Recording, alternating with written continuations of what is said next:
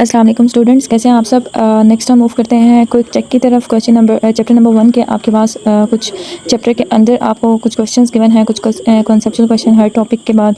तो हम one by one in questions को भी डिस्कस कर लेते हैं। बेसिकली ये वही बेसिक कॉन्सेप्ट्स हैं जो हमने ऑलरेडी चैप्टर के अंदर भी देखे हैं। सबसे फर्स्ट में आते हैं क्विक चेक 1.1 पे।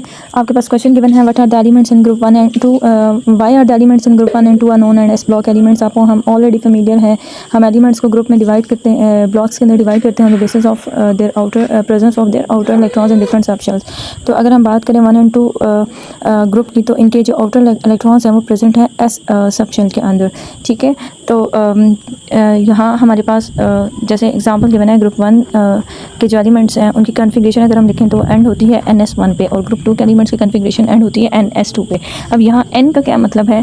N का मतलब है आपके पास डिफरेंट नंबर शेल का हो सकता है, लाइक 1 2 3, और ऐसा आपके पास सब शेल है। 1 मीन्स 1 इलेक्ट्रॉन है। ठीक है, ग्रुप 1 के अंदर के आउटर मोस्ट केस के अंदर 1 इलेक्ट्रॉन होता है, ग्रुप 2 के केस के अंदर आउटर मोस्ट जो शेल है उसके अंदर आपके पास 2 इलेक्ट्रॉन्स होते हैं। तो यहाँ आपको जो NS1 है उसको मैं समझाती हूँ। सपोज मेरे पास गिवन है NS1, तो हम इसको कैसे एक्सप्लेन करेंगे? हम करेंगे जो N की वैल्यू है ये आपके पास हो सकती है N में बी 1 2 3 4 डिफरेंट नंबर्स हो सकते हैं। ठीक है, and so on. And S1 जो आपके पास है ना, ये एक फिक्स्ड नंबर है। लाइक अगर हम ग्रुप 1 की बात करें तो इसके अंदर है हाइड्रोजन। तो आप देखें हाइड्रोजन की जो ऑटो कन्फिग्रेशन है वो क्या है? 1s1। आपके पास है लिथियम, लिथियम की जो ऑटो कन्फिग्रेशन है वो क्या है? 2s1। आपके पास है सोडियम, सोडियम की ऑटो कन्फिग्रेशन आपके पास क्या है? 3s1। ठीक है, तो और पोटाशियम है, इसकी ऑटो कन्फिग्रेशन है 4s1। तो ये आपके पास जो सारे हैं ना 1 2 3 4, इनको जनरली यहाँ क्या लिखा हुआ है? यहाँ लिखा हुआ है NS1। सिमिलर केस आपके पास ग्रुप 2 के अंदर आपको कहा हुआ है NS2। लाइक अगर हम बात करें, आपके पास है बेरिलियम, तो उसकी ऑटो कन्फिग्रेशन है 2s2। आपके पास है मैग्नीशियम, उसकी ऑटो कन्फिग्रेशन है 3s2। आपके पास है कैल्शियम, उसकी ऑटो कन्फिग्रेशन है 4s2। ठीक है, तो इन सारे एलिमेंट्स की जो कन्फिग्रेशन उससे आप फेमिलियर है। तो हम जनरली आपको यहाँ मेंशन किया हुआ है कि इनकी जो ऑटो कन्फिग्रेशन है वो क्या है? ग्रुप 1 की है NS1 एंड ग्रुप 2 की क्या है? NS2। नेक्स्ट आपके पास क्वेश्चन है, name the elements in the chalcogen family. हमने ऑलरेडी देखा है चालकोजेन फैमिली जो आपके पास है, that one is the oxygen family. ठीक है, ऑक्सीजन सल्फर सेलेनियम जो आपके पास ग्रुप 16 है वो आपके पास है। तो इसके मेंबर्स आपको गिवन है, these belong to group 16 of the periodic table. Characteristics क्या है? These are the 6 valence electrons. हमने ऑलरेडी देखा ग्रुप नंबर वैलेंस इलेक्ट्रॉन में क्या रिलेशनशिप है। 16 ग्रुप है तो नंबर ऑफ वैलेंस इलेक्ट्रॉन्स निकालने के लिए आप 16 में से 10 को माइनस करेंगे। And they tend to gain 2 electrons to form the negative 2 anions के। मोस्टली ये क्या करते हैं, इनका आउटर मोशन में 6 इलेक्ट्रॉन्स हैं, अपने आउटर को कंप्लीट करने के लिए 2 इलेक्ट्रॉन्स को क्या करते हैं? गेन करते हैं। लाइक आपके पास जो केसेस आते हैं O-2 आ गया, S-2, या आपके पास जो डिफरेंट केसेस हैं। ठीक है, नेक्स्ट आपके पास गिवन है क्विक चेक 1.2। इसमें फर्स्ट क्वेश्चन हमारे पास है कि X आपके पास कोई भी एलिमेंट है, X belongs to group 14 and period 2। What is the electronic configuration of X। हमने जब पढ़ा था इनको एलिमेंट्स को ब्लॉक्स के अंदर डिवाइड करना, तो वहाँ मैंने आपको एक चीज़ समझाई थी। और फिर हमने फर्दर जब इलेक्ट्रॉनिक कन्फिग्रेशन वाला टॉपिक भी पढ़ा था, तो मैंने आपसे कहा था कि अगर आपको पीरियड और ग्रुप नंबर बता दिया जाए तो आप कन्फिग्रेशन लिख सकते हैं, और अगर आपको कन्फिग्रेशन बता दी जाए तो आप पीरियड एंड ग्रुप नंबर को इजीली कैलकुलेट कर सकते हैं। तो यहाँ आपको गिवन है ग्रुप नंबर 14। अब ग्रुप नंबर 14 है, इट मीन्स उस एटम के जो आउटरमोस्ट शेल के अंदर इलेक्ट्रॉन्स हैं वो कितने हैं? 14 - 10 = 4। तो आउटरमोस्ट शेल के अंदर जो इलेक्ट्रॉन्स हैं वो आपके पास कितने हैं? वो हैं वैलेंस इलेक्ट्रॉन्स कितने हैं? 4। एंड अगर हम बात करें इसकी उसके पीरियड की, कौन सा ये सेकंड पीरियड के अंदर है, तो period number represents the outer shell. तो इसका जो आउटर शेल है वो आपके पास कौन सा है? वो सेकंड शेल है। ठीक है, its outer shell is second shell. तो हम इसकी कन्फिग्रेशन अगर लिखना चाहें तो इलेक्ट्रॉनिक कन्फिग्रेशन क्या आएगी? Outer shell is 2 and outer shell के अंदर इलेक्ट्रॉन्स कितने हैं? वो आपके पास हैं 4 इलेक्ट्रॉन्स। ठीक है, तो आपके पास बच्चों कन्फिग्रेशन है 1s2 2s2 एंड 2p2। अब ये देखें, ये वाला जो है ना 2s2 एंड 2p2, ये आपके पास आउटर शेल है। तो अब आउटर शेल देखें आपके पास है 2, और आउटर शेल के अंदर जो इलेक्ट्रॉन्स हैं वो आपके पास कितने हैं? 2s2 के अंदर 2 हैं, और 2p के अंदर भी क्या है? 2 इलेक्ट्रॉन है। तो ये आपके पास कन्फिग्रेशन है। ये कन्फिग्रेशन किसकी आ रही है? कार्बन की। मीन्स दिस एलिमेंट इस कार्बन, एंड फर्दर आपको मेंशन है कि carbon is a non metal. उसके बाद नेक्स्ट इसी से रिलेटेड क्वेश्चन है कि आप इस एलिमेंट को आइडेंटिफाई करेंगे किस ब्लॉक का मेंबर है।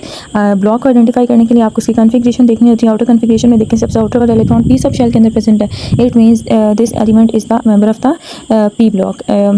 उसकी रीज़न भी आपको मेंशन, इसका आउटर इलेक्ट्रॉन 2p के अंदर है, एलिमेंट कार्बन है। और अगर हम पीरियोडिक टेबल में देखें तो पीरियोडिक टेबल के अंदर ये जो एलिमेंट है ये 6th एलिमेंट है। मीन्स 6ठे नंबर के ऊपर आपके पास ये वाला एलिमेंट प्रेजेंट है। ठीक है, ओके।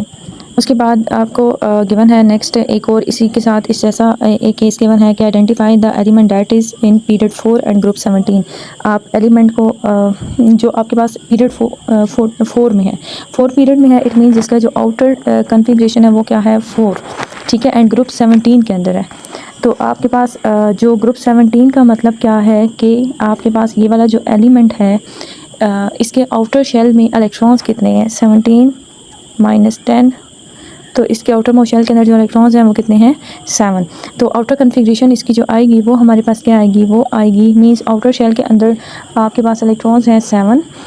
तो आपके पास हम 7 इलेक्ट्रॉन्स को कैसे प्लेस करते हैं, हम करते हैं 4s2 एंड 4p5, ये आपके पास आगे 7 इलेक्ट्रॉन्स, ठीक है। तो अगर हम कन्फिग्रेशन इस तरह की जो केस वाली कन्फिग्रेशन को देखें तो आपके पास ये कन्फिग्रेशन आती है, ठीक है। क्योंकि 4 है ना तो इसमें थर्ड शेल भी इन्वॉल्व हो रहा है, थर्ड शेल के अंदर 3d भी आ रहा है, तो इलेक्ट्रॉनिक कन्फिग्रेशन के पूरे उस रूल के अकॉर्डिंग अब आपके पास ओवरऑल कन्फिग्रेशन ये आ रही है। तो आपके पास ये जो एलिमेंट है ये कौन सा है, ये हैलोजन है जो कि है ब्रोमीन, एंड आपके पास नॉन मेटल है, इसका आउटर मोस्ट शेल में 7 इलेक्ट्रॉन्स हैं, और ब्रोमीन क्या करता है -1 आयन बनाता है। ब्रोमीन के ऊपर क्या होता है नेगेटिव चार्ज, क्यों, क्योंकि इसका आउटर मोस्ट शेल में 7 इलेक्ट्रॉन है, तो ये फर्दर एक इलेक्ट्रॉन को गेन करके ये अपना आउटर जो शेल है उसको कंप्लीट कर लेता है, ठीक है। नेक्स्ट आपको गिवन है क्विक चेक 1.5, इसका फर्स्ट क्वेश्चन है कि विच factors affect the atomic and ionic radius. Same factors जो हैं दोनों इन दोनों को अफेक्ट कर रहे होते हैं। तो उन फैक्टर्स के अंदर हमारे पास आ रहा है nuclear charge, number of the electronic shells, जो हमने ऑलरेडी अभी इसको डिटेल के अंदर देखा, शिल्डिंग इफेक्ट, इलेक्ट्रॉन रिपल्जन, ठीक है। आपको बच्चों पता है न्यूक्लियर चार्ज का एटॉमिक रेडियस के साथ इन्वर्स रिलेशन है, नंबर ऑफ इलेक्ट्रॉन शेल का डायरेक्ट है, शील्डिंग इफेक्ट का भी डायरेक्ट है, एंड इलेक्ट्रॉन रिपल्जन का भी डायरेक्ट रिलेशनशिप है, ठीक है। उसके बाद हम नेक्स्ट बात करें तो हमारे पास नेक्स्ट है कि predict and explain the relative sizes of oxygen atom and it's ion O-2। अब O-2 आपके पास क्या है, सिंपली अगर मैं आपको बता दूँ O-2 is an anion, and oxygen atom आपके पास न्यूट्रल एटम है। हम इससे फेमिलियर हैं कि anion is always larger than the neutral atom. Reasons हमने डिटेल के अंदर डिफरेंट देखे थे कि incoming electron is repelled by the already present electrons, electron proton imbalance, ये सारी चीज़ें, ठीक है। तो आपके पास जो O-2 है उसका साइज़ क्या होता है, लार्जर होता है ड्यू टू एक्स्ट्रा इलेक्ट्रॉन्स, जिसकी वजह से इलेक्ट्रॉन रिपल्जन इंक्रीज होती है, न्यूक्लियर अट्रैक्शन कम होती है, एंड O-2 का साइज़ बड़ा होता है। नेक्स्ट आपको गिवन है lithium atom and lithium ion, इन दोनों का साइज़ का कंपैरिजन करें तो आपके पास यहाँ देखेंगे है आपके पास है कैटाइन, एंड कैटाइन का जो हमने केस पढ़ा था वो क्या पढ़ा था, cation will always be smaller as compare to the neutral atom. तो आपके पास यहाँ जो कैटाइन है उसका साइज स्मॉल होगा as compare to neutral atom. Like lithium जब बनेगा तो आउटर शेल में से एक इलेक्ट्रॉन निकला, आउटर शेल ही रिमूव हो गया। आप उस लेक्चर को जाके देखें तो हमने डिटेल के अंदर लिथियम वाली एग्जांपल को उसमें देखा था क्या आउट। तो कैटाइन का साइज स्मॉल होने के reason increase in the effective nuclear charge, and here number of protons are greater in case of Li positive, number of protons are greater as compare to number of electrons, and third one is case formation of cation may result in mostly cases it may result in the loss of electron, like in this case आपके पास जो outer shell है वो जो हो रहा है वो ख़त्म हो रहा है, ठीक है। तो आपका आउटर शेल ख़त्म हो रहा है तो साइज़ भी डिक्रीज़ हो रहा है डेफिनेटली, ठीक है। तो ये हमारे पास आ जाती हैं डिफरेंट रीजंस। नेक्स्ट हम क्वेश्चन की तरफ चलते हैं। नेक्स्ट आपको गिवन है कि atomic radii of the lithium and fluorine. अगर हम कंपैरिजन करें लिथियम एंड फ्लोरीन का तो आप देखें पीरियोडिक टेबल अगर आप बच्चों से उसको माइंड में रखें तो सेकंड पीरियड के बिल्कुल स्टार्ट में आपके पास प्रेजेंट है लिथियम, एंड सेकंड पीरियड के एंड पे जाके है फ्लोरीन। तो अक्रॉस अगर पीरियड हम मूव करें तो आपके पास atomic radius across the period decrease कर रहा है। इट मीन्स कि लिथियम का जो एटॉमिक रेडियस है वो आपके पास क्या होगा, lithium will have the larger atomic radius as compare to fluorine. दोनों केसेस के अंदर जो आउटर शेल है वो तो सेकंड शेल है, ठीक है, लेकिन across the period atomic radius decrease कर रहा है तो आपके पास लिथियम का एटॉमिक रेडियस क्या होगा, वो कम होगा। बाकी उसकी जो रीजंस हैं वो आपको मेंशन है, यानी डिटेल के अंदर भी लिखी हुई है। उसके बाद आपको गिवन है कि नाइट्राइड आयन N-3, जिसके ऊपर -3 चार्ज का मतलब है कि इसने 3 इलेक्ट्रॉन्स गेन किए हैं, एंड फ्लोराइड जिसके ऊपर नेगेटिव चार्ज है। तो कह रहे हैं कि इन दोनों के साइजेस का कंपैरिजन करें। अब आपको आंसर में गिवन है कि दोनों इलेक्ट्रॉन गेन कर रहे हैं, लेकिन आपके पास जो नाइट्राइड आयन है वो 3 इलेक्ट्रॉन्स को गेन कर रहा है। जब 3 इलेक्ट्रॉन को गेन करेगा तो उसमें रिपल्जन कम होगी, सॉरी आपके पास रिपल्जन ज़्यादा हो रही है, ठीक है, इलेक्ट्रॉन रिपल्जन ज़्यादा हो रही है। सेकेंडली आप देखिए नाइट्राइड के केस के अंदर हम अगर बात करें तो आपके पास नाइट्रोजन के पास प्रोटॉन तो 7 है, लेकिन इलेक्ट्रॉन इसके पास कितने आ गए, इलेक्ट्रॉन आ गए हैं 10, ठीक है। फ्लोरीन की बात करें तो फ्लोरीन के अंदर आपके पास हैं प्रोटॉन 9, इलेक्ट्रॉन है 10। तो इस केस के अंदर न्यूक्लियर अट्रैक्शन अभी भी काफ़ी है, मींस न्यूक्लियस आउटर इलेक्ट्रॉन को स्ट्रॉन्गली अट्रैक्ट कर रहा है। लेकिन दूसरे केस के अंदर आपके नंबर ऑफ इलेक्ट्रॉन ज़्यादा है, न्यूक्लियस का पोल वीक है, जिसकी वजह से उसका साइज़ आपके पास क्या है, लार्जर है, ठीक है। उसके बाद हम नेक्स्ट मूव करें अगर, तो नेक्स्ट क्विक चेक 1.6 गिवन है। इसमें आपको गिवन है कि why the first ionization energy of boron is less than beryllium. ये वाला केस भी हमने डिस्कस किया था बच्चों। हमने कहा था कि आपके पास अगर आप किसी भी एटम की जो इलेक्ट्रॉनिक कन्फिग्रेशन है, electronic configuration also affects the ionization energy. हमने उसके अंदर एक फैक्टर पढ़ा था इलेक्ट्रॉनिक कन्फिग्रेशन को इफेक्ट करने वाला। तो उसके अंदर हमने कहा था कि आउटर कन्फिग्रेशन अगर सब शेल्स हाफ फिल्ड या कम्प्लीटली फिल्ड हो तो वो एक्स्ट्रा स्टेबल होते हैं, वहाँ से इलेक्ट्रॉन्स को रिमूव करना मुश्किल है। ठीक है, तो आपका अगर बोरॉन की बात करें तो बोरॉन की जो आउटर जो कन्फिग्रेशन है, वेट,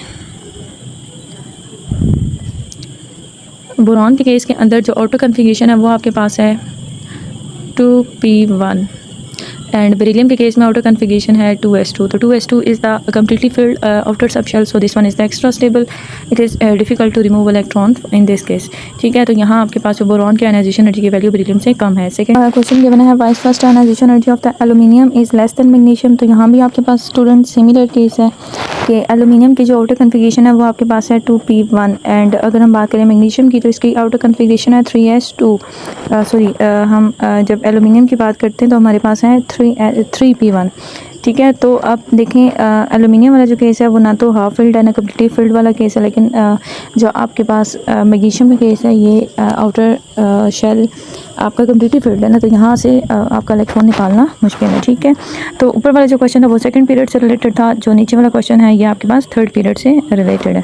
उसके बाद नेक्स्ट आपके पास क्वेश्चन है कि which trend is observed in ionisation energy from down group 3। The reason groups के अंदर जब हम मूव करते हैं तो टॉप टू बॉटम हमें ऑलरेडी आप फेमिलियर हो कि आपकी आयनाइजेशन एनर्जी डिक्रीज़ कर रही होती है। रीज़न इज़ कि आपके पास साइज़ इंक्रीज़ करता है, आउटर इलेक्ट्रॉन्स न्यूक्लियस से अवे जाते हैं, शील्डिंग इफेक्ट इंक्रीज़ कर रहा है, न्यूक्लियर अट्रैक्शन डिक्रीज़ कर रही होती है। सो इस केस के अंदर इलेक्ट्रॉन्स को रिमूव कराना ईजी होता है। ठीक है, उसके बाद नेक्स्ट मूव करते हैं क्विक चेक 1.7 की तरफ। आपके पास गिवन है first electron affinity of oxygen is -141 kilo joules and second electron affinity is 8 + 844 kilo joules per mole.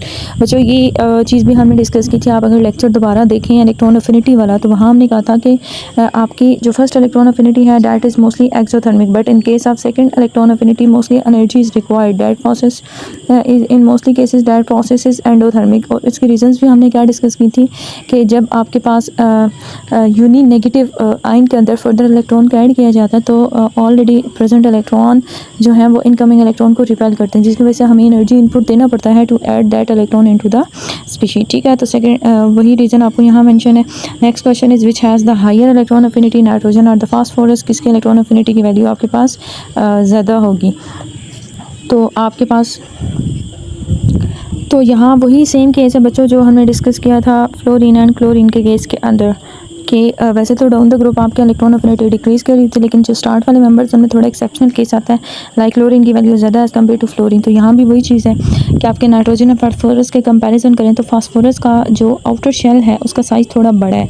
Means हम कह सकते हैं कि 3/3 वाला जो शेल है उसका साइज़ बड़ा है एज़ कम्पेयर टू नाइट्रोजन जिसका आउटर शेल है सेकेंड शेल। तो सेकेंड शेल के अंदर इतनी स्पेस अवेलेबल नहीं है कि वो फर्दर इलेक्ट्रॉन्स को गेन कर सके। ठीक है, तो और जब इलेक्ट्रॉन उसके अंदर आने की कोशिश करता है तो आपके पास क्या होता है, जो ऑलरेडी प्रेजेंट इलेक्ट्रॉन्स हैं वो उसको रिपेल कर रहे होते हैं, तो उसके इलेक्ट्रॉन के लिए जो अफिनिटी है वो कम होती है एज़ कम्पेयर टू फास्फोरस। तो आप कहते हो कि फास्फोरस की जो इलेक्ट्रॉन अफिनिटी की वैल्यू है वो ज़्यादा है एज़ कम्पेयर टू नाइट्रोजन। ये सिमिलर केस है जो कि फ्लोरीन वाला हमने लेक्चर के अंदर भी डिटेल के अंदर देखा है। नेक्स्ट आपके पास वही क्वेश्चन आ गया, why electron affinity of the fluorine is lower than chlorine. Similar case है due to the smaller size of the fluorine it causes resistance in gaining electron. आप इलेक्ट्रॉन्स को अट्रैक्ट करने में, इलेक्ट्रॉन को गेन करने में, क्योंकि उसका जो कम्पैक्ट का मतलब है कि उसका जो एक छोटे साइज़ के अंदर जो उसका ऑर्बिटल है उसके अंदर इलेक्ट्रॉन को अकोमोडेट कराना काफ़ी मुश्किल होता है। ठीक है, तो इस वजह से हम कहते हैं कि फ्लोरीन की इलेक्ट्रॉन अफिनिटी की वैल्यू कम है as compare to chlorine. Okay बच्चों, नेक्स्ट क्विक चेक की तरफ मूव करते हैं। क्विक चेक का नंबर मैंने वही रखा है जो आपकी बुक के अंदर मेंशन है। उसकी रीज़न यही है कि आपको आपकी बुक के अंदर उसको मार्क करना इजी हो जाए। तो आपका नेक्स्ट 1.3 के अंदर फर्स्ट क्वेश्चन है, how does metallic character very in group 14। तो सब ग्रुप्स के अंदर मेटालिक कैरेक्टर का बिहेवियर तो वही हमने क्या कहा था कि डाउन द ग्रुप आपके पास क्या होते हैं, आउटर शेल न्यूक्लियस अवे जाते हैं, जिसकी वजह से आउटर शेल में से इलेक्ट्रॉन को रिमूव कराना ईजी हो जाता है। जब किसी आइटम में से ईजिली इलेक्ट्रॉन रिमूव हो जाता है तो means that item is having the more metallic character. तो जब हम बात करें किसी भी ग्रुप की, यहाँ तो स्पेसिफिकली आपसे जो ग्रुप 14 है उसकी बात की गई है, तो ग्रुप 14 के अंदर हमारे पास क्या हो रहा है, मेटालिक कैरेक्टर इंक्रीज़ कर रहा है डाउन द ग्रुप। लाइक यहाँ आपको एग्जांपल ग्रुप 14 के जो मेंबर्स हैं, carbon, silicon, germanium, tin, lead, आपके पास जो एलिमेंट्स हैं, तो उनमें आपको कह रहे हैं कि जैसे जैसे हम ऊपर से नीचे मूव करते हैं मेटालिक कैरेक्टर इंक्रीज़ करता है। मींस ऊपर वाले एलिमेंट्स जो हैं वो नॉन मेटालिक प्रॉपर्टी शो करते हैं, लेकिन जैसे जैसे नीचे आ रहे हैं तो वो पहले मेटलॉइड्स होते जाते हैं और एंड पे जो मेंबर आपके पास लेड है और जो टिन है वो आपके पास क्या है, वो मेटल्स हैं। Carbon, silicon are non metal, germanium is a metalloid and tin and lead are the metals. ठीक है, रीज़न भी आपको मेंशन है। उसके बाद आपको नेक्स्ट गिवन है, identify the metalloids in group 14, 15 and the 16, why these are called the metalloids. तो हमने जो स्ट्रिपिंग लाइन पढ़ी थी वही वाले एलिमेंट्स आप, ये मेटलाइट्स बहुत थोड़े से एलिमेंट्स हैं, 9-10 एलिमेंट्स, आप इनको इजीली मेमोराइज भी कर सकते हैं। तो ग्रुप 14 के अंदर सिलिकॉन, जर्मेनियम है, 15 के अंदर आर्सेनिक, एंटीमनी है, एंड ग्रुप 16 के अंदर आपके पास क्या है, tellurium. Why these are called metalloids, because these show both the properties of both metals and non metals. इनकी दोनों की प्रॉपर्टीज़ होती हैं। ठीक है, कंडीशंस के अकॉर्डिंग ये कभी लाइक मेटल बिहेव कर रहे हैं, कभी नॉन मेटल की तरह बिहेव कर रहे हैं। So these are called the metalloids. ठीक है, नेक्स्ट आपको क्विक चेक 1.4 गिवन है कि फर्स्ट क्वेश्चन है, what is the nature of the oxides and the hydroxides of the sodium and magnesium. अगर हम सोडियम मैग्नीशियम की बात करें तो इनके ऑक्साइड्स या हाइड्रोक्साइड्स की नेचर क्या। बच्चों ऑक्साइड्स को तो हमने देखा था डिटेल के अंदर, उसकी क्लासिफिकेशन भी देखी थी, at sodium and magnesium are the metals. So इनके जो ऑक्साइड्स होते हैं वो क्या होते हैं, उनके ऑक्साइड स्ट्रॉन्गली बेसिक्स होते हैं। ठीक है, बेसिक ऑक्साइड से बनाते हैं। और फर्दर जब इन बेसिक ऑक्साइड का एक और हमने फीचर पढ़ा था, इनको जब वाटर के अंदर डिजॉल्व किया जाता है तो ये बनाते हैं स्ट्रॉन्ग बेसिस, लाइक अल्कलीज ये बनाते हैं। तो आपको गिवन है कि सोडियम ऑक्साइड और सोडियम हाइड्रोक्साइड दोनों स्ट्रॉन्ग बेसिस हैं। और इसके कंपैरिजन अगर मैग्नीशियम की बात करें तो मैग्नीशियम का जो बेसिक कैरेक्टर है वो कम है एज़ कम्पेयर टू सोडियम। ठीक है, ग्रुप 1 के जो मेंबर्स हैं वो स्ट्रॉन्ग बेसिस बनाते हैं, ग्रुप 2 के जो मेंबर्स हैं वो वीक बेसिस बनाते हैं। और ये दोनों आयनिक कंपाउंड्स हैं। और अगर हम सॉल्युबिलिटी की बात करें तो सोडियम के कंपाउंड ज़्यादा सॉल्युबल हैं और ज़्यादा रिएक्टिव हैं। हमने रिएक्टिविटी को डिटेल के अंदर भी देखा था कि why alkali metals are more reactive as compare to alkaline earth metals. ठीक है, उसके बाद आपको गिवन है predict reactivity of the calcium with the water and oxygen के कैल्शियम मैटर की हमने लेक्चर के अंदर या बुक के अंदर तो हमने सोडियम मैग्नीशियम की बात की थी ना, तो यहाँ कैल्शियम की बात हो रही है। कैल्शियम का बिहेवियर उसी तरह से होगा जैसे मैग्नीशियम का बिहेवियर था। तो कैल्शियम रिएक्ट करता है, मॉडरेटली रिएक्ट कर रहा है वाटर के साथ, कैल्शियम हाइड्रोक्साइड बनाता है, हाइड्रोजन गैस रिलीज करता है, ऑक्सीजन के साथ ही कैल्शियम ऑक्साइड बनाता है। और अगर रिएक्टिविटी की बात करें ग्रुप 2 के अंदर तो वो आपकी इंक्रीज़ करे तो डाउन द ग्रुप, तो calcium down the group reactivity increase करी। तो अगर मैग्नीशियम के साथ कंपैरिजन किया जाए तो आप देखें ग्रुप 2 के जो मेंबर्स हैं वो आपके पास किस तरह हैं। आपके पास हैं बेरिलियम, मैग्नीशियम, कैल्शियम, स्ट्रोंशियम।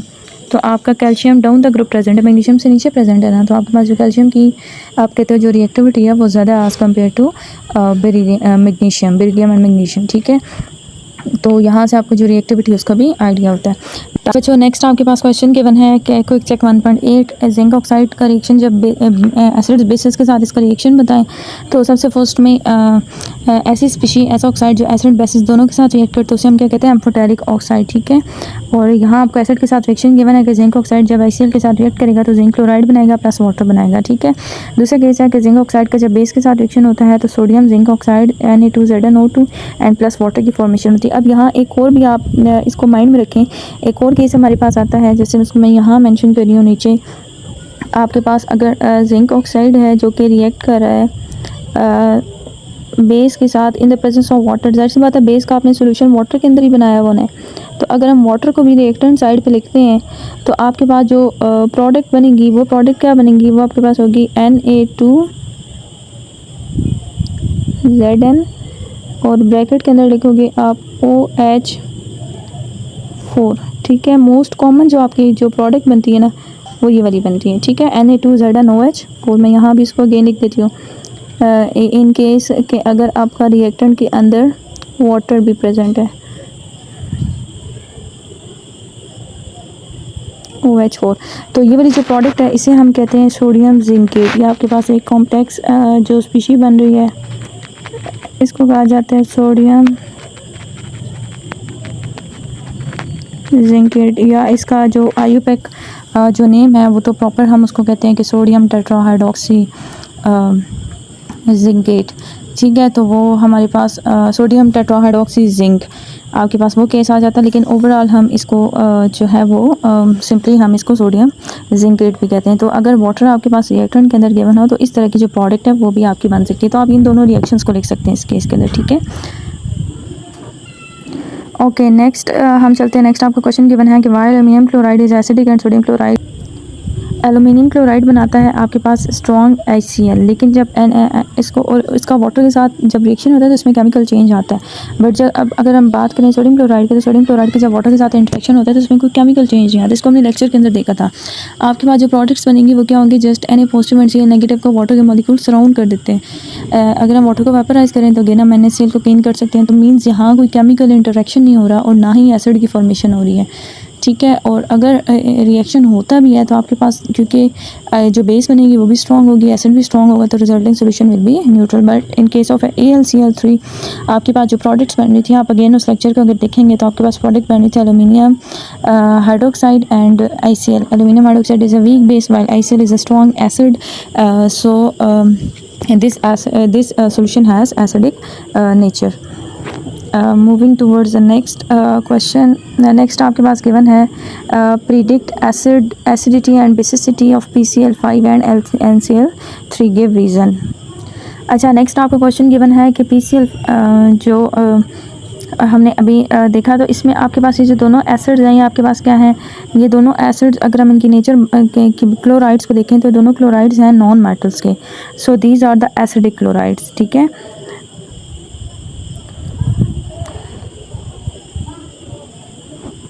अच्छा बच्चों नेक्स्ट अभी हमने देखा कि SO2 किसके साथ रिएक्ट करेंगे। क्वेश्चन गिवन है कि SO2 एंड P2O5 किसके साथ रिएक्ट करेंगे, ये रिएक्ट करेंगे ICl H2SO4 एसिड्स के साथ, ये बेसिस के साथ। तो क्योंकि ये आपके पास एसिडिक ऑक्साइड्स हैं तो ये प्रेफर करेंगे to react with the base. इनके एसिड के साथ रिएक्शन नहीं होगा, आपको रिएक्शन गिवन है।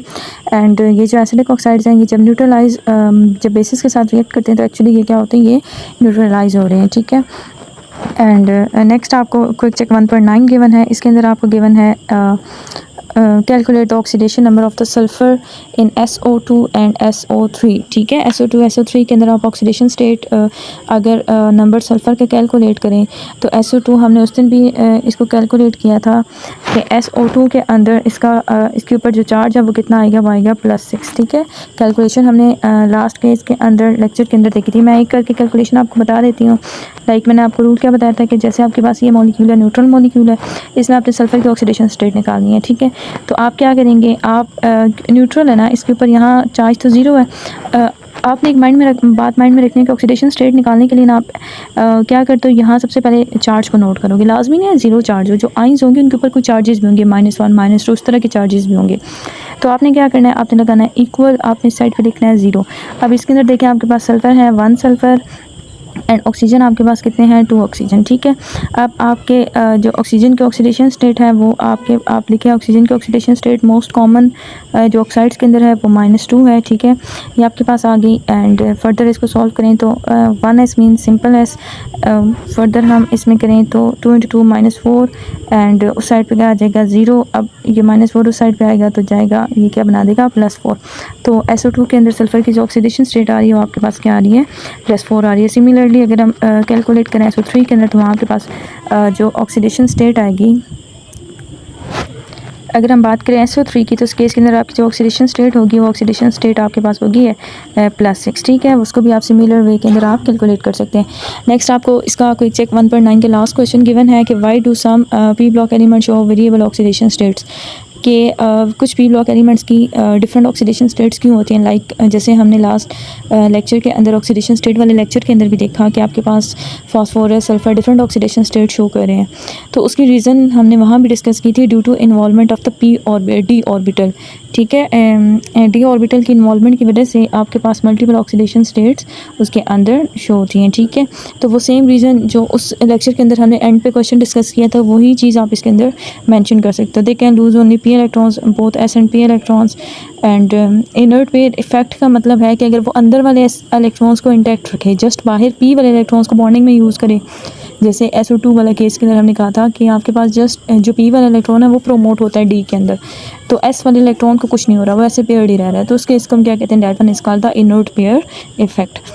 तो इस वजह से आपके पास क्या हो रही है कि कुछ केसेस के अंदर S के ऑर्बिटल को यूज़ कर रहे हैं, कुछ केसेस के अंदर S के ऑर्बिटल को यूज़ नहीं करता। तो इस वजह से वो क्या कर रहे हैं, मल्टीपल ऑक्सीडेशन स्टेट्स शो कर रहे हैं, ठीक है। तो ये हमारे पास था एक इस चैप्टर के सारे क्विक चेक, एक हमने क्विकली इसका ओवरव्यू ले लिया और हमारे ओवरऑल जो चैप्टर उसकी रिवीजन भी हो गई है।